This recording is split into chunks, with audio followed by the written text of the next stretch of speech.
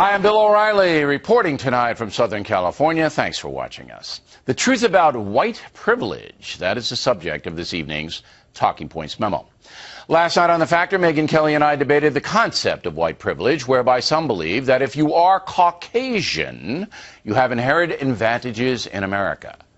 Talking Points does not believe in white privilege. However, there is no question that African Americans have a much harder time succeeding in our society than whites do.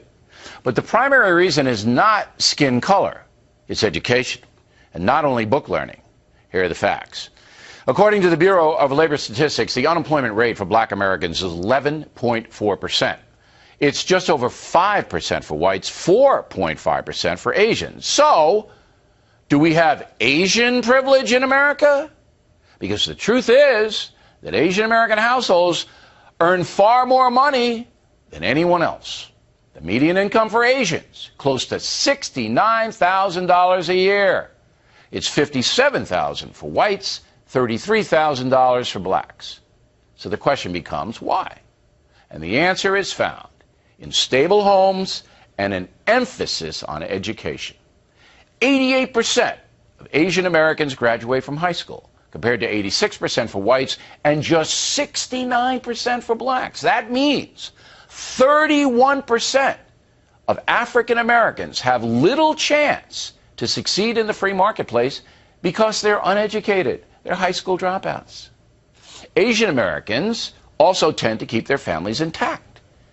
Just 13% of Asian children live in single-parent homes, compared to a whopping 55% for blacks and 21% for whites. So there you go. That is why Asian Americans, who often have to overcome a language barrier, are succeeding far more than African Americans, and even more than white Americans. Their families are intact, and education is paramount.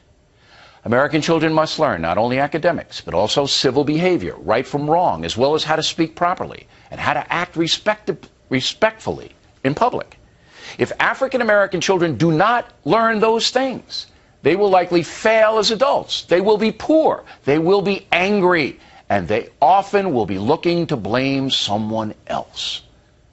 One caveat, the Asian American experience historically has not been nearly as tough as the African American experience. Slavery is unique, and it has harmed black Americans to a degree that is still being felt today. But in order to succeed in our competitive society, every American has to overcome the obstacles they face. And here is where the African American leadership in America is failing. Instead of preaching a cultural revolution, the leadership provide excuses for failure. The race hustlers blame white privilege, an unfair society, a terrible country. So the message is, it's not your fault if you abandon your children, if you become a substance abuser, if you are a criminal. No, it's not your fault, it's society's fault. That is the big lie that is keeping some African Americans from reaching their full potential. Until personal responsibility and a cultural change takes place, millions of African Americans will struggle, and their anger, some of it justified, will seethe. The federal government cannot fix this problem. Only a powerful message of personal responsibility can turn things around. And that's the memo. Now for the top story tonight, reaction on Sunday. Dr. Ben Carson debated Reverend Jesse Jackson about racial unfairness in America. Here's how Dr. Carson began. First of all, to Reverend Jackson, thank you for what you have done in the past, particularly during your days with Reverend Martin Luther King. I appreciate it very much. And I would have to say that we really are not on different sides of this issue. Maybe we come at it from different points of view, but I think we all want the same thing. We want people to move up in our environment, not to be satisfied and not to be dependent. And joining us now from College Station, Texas, is Dr. Carson, the author of the big bestseller, One Nation. So you were very generous to Jesse Jackson in that debate. Why? Well, it wasn't a matter of being generous. The fact of the matter is he and a number of other people of all races put a lot on the line. They risked a lot. But, that was a long time ago. And I do appreciate all the efforts that people made. People were thrown in jail. People were killed. Lots of problems. And I think perhaps we wouldn't be where we are today if people hadn't done that. However, we have a very different problem today. The problem today is a social problem. It's not so much a racial problem. You can take any group and you put them in an environment where there's no father figures to teach them, personal responsibility and how to relate to authority. You put them in an environment where people advocate resolving issues with violence, and an environment where drugs and alcohol are easily accessible, an environment where education is not put on the top shelf as the thing that you want to accomplish, and then you send them out into society. Well, what's going to happen? They're going to meet up with law enforcement, or they're going to meet up with other people who are raised the same way as they are, and also have that same mentality. In either case, you're going to have a disaster. That's what we're seeing. It's not a racial thing, it's a social thing. All right, but Reverend Jackson, with all due respect, he's not nearly as bad as Al Sharpton. He doesn't preach that. He doesn't preach a cultural revolution in the black precincts. He doesn't speak out against the deleterious entertainment that's marketed to young black males in particular, and young black females as well.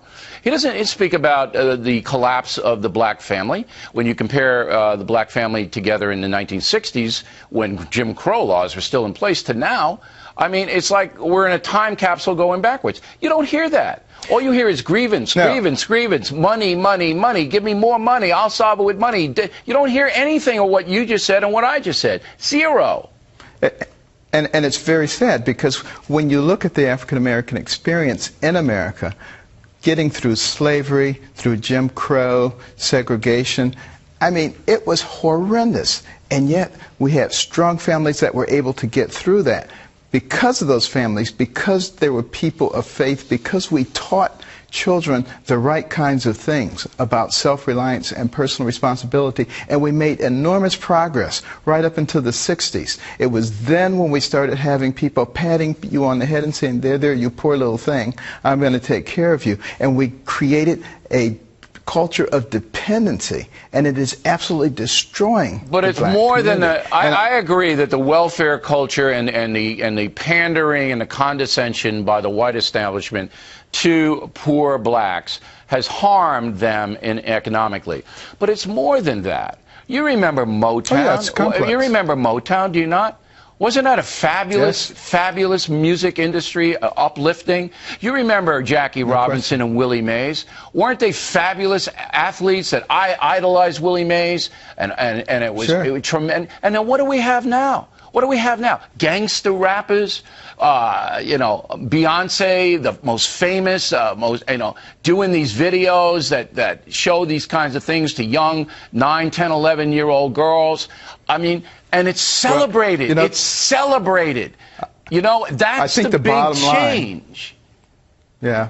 The bottom line is that we as a society must come to understand that this is a problem that affects all of us. And we don't have to wait for Jesse Jackson or Al Sharpton or anybody to be the leader on this issue, and it doesn't even have to be a black person. I appreciate the fact that you're willing to step out and talk about this, because it is politically incorrect to do so, and that's why it just breaks my heart. White people won't do it. It breaks my heart as a former teacher, and I had a lot of African American students, to see this kind of garbage, and by the time the kid's 12 or 13, they're almost gone. And I'm just so tired of it. But anyway, you're talking about leadership. We're going to hold Dr.